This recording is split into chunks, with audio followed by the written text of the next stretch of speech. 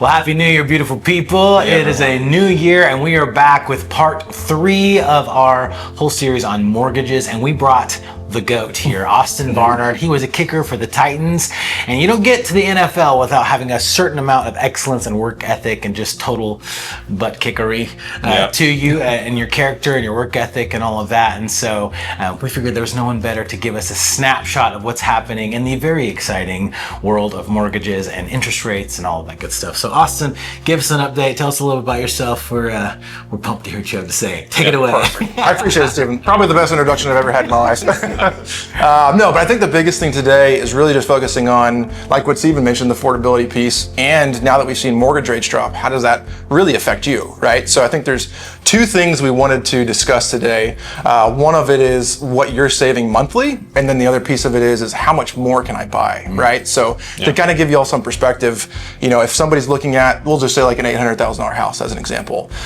In today's market, we've really seen interest rates come down by, we'll say roughly speaking, about a 1.25%, so 1.25%. And on an $800,000 home, that ends up saving you almost $500 a month. It's crazy. So, you know, that could be a couple dinners, and, you know, depending on how you spend your money. And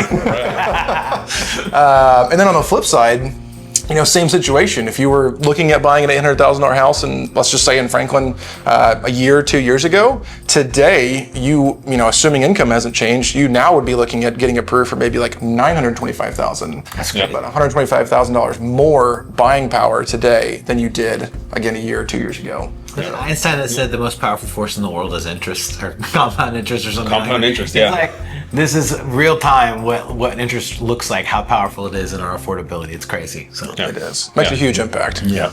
So I actually met Austin a few years back. He was giving a speech on mortgages. Yeah. And really what struck me was the difference between him and all the other lenders out there. A lot of them give you fluff, and you can tell it's like a marketing scheme.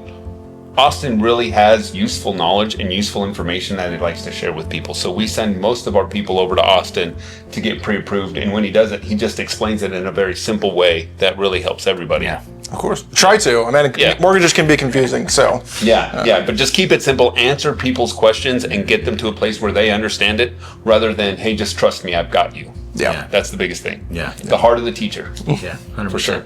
With lower interest rates too, we are going to see, and have already begun to see, more people coming into the market. They're realizing, oh, I can actually afford a home that maybe I couldn't a year ago or something like that. And so we're seeing interest applications, mortgage applications are pretty up right now. They are. I would even say for the first part of a year, this is probably the busiest that I've seen in 5 years, personally. Because I think a lot of people have been sitting for 2 and 3 years now because interest rates have been higher.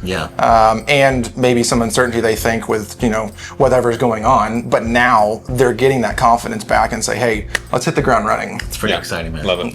Love it. All right. Well, if you guys have any questions about any of this, call all 3 of us. We'll put all the numbers. We got it right here. Right. And then, we can connect you with Austin too if you have any questions about any of this. But thanks, guys, so much. And we'll see you next time. This wraps up.